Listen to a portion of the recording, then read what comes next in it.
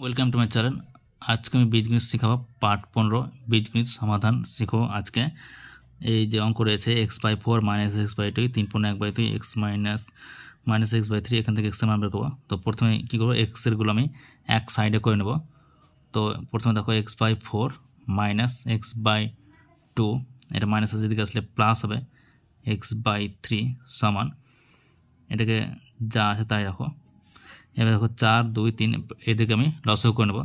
তাহলে 4 2 আর 3 মধ্যে লসাগু করলে 2 দিয়ে যাবে, 2 2 4 2 কে 2 আর 3।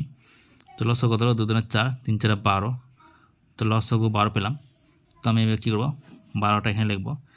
এবার কী করতে হয়, এটাতে ভাগ করতে হয়।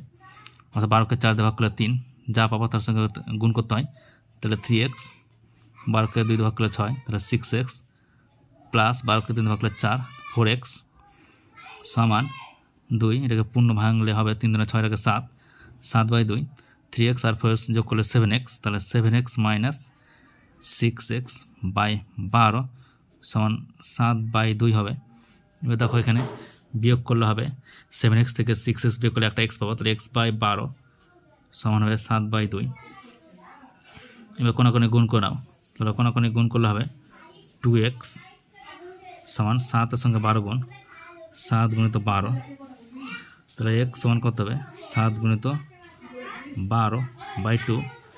এটাকে এবার ভাগ করে কাটাকাটি করলে 6 হবে।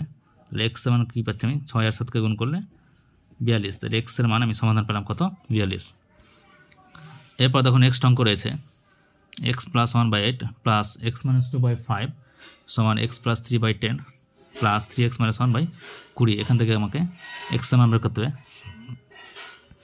তো আমি দেখো প্রথমে লসাগু গুনেছি, 8 আর 5 লসাগু হবে 5 আর 40 40 হবে, আর 10 আর 20 লসাগু হবে 20।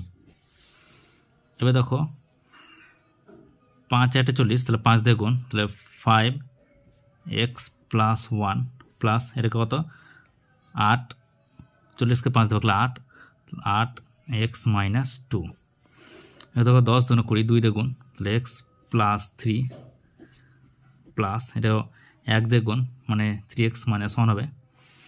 এবার দেখো কত হচ্ছে, গুণ করতে হবে 5x, তাহলে 5x হলো plus 5 × 5 plus 8x minus 8 2 16 by 40 সমান 20।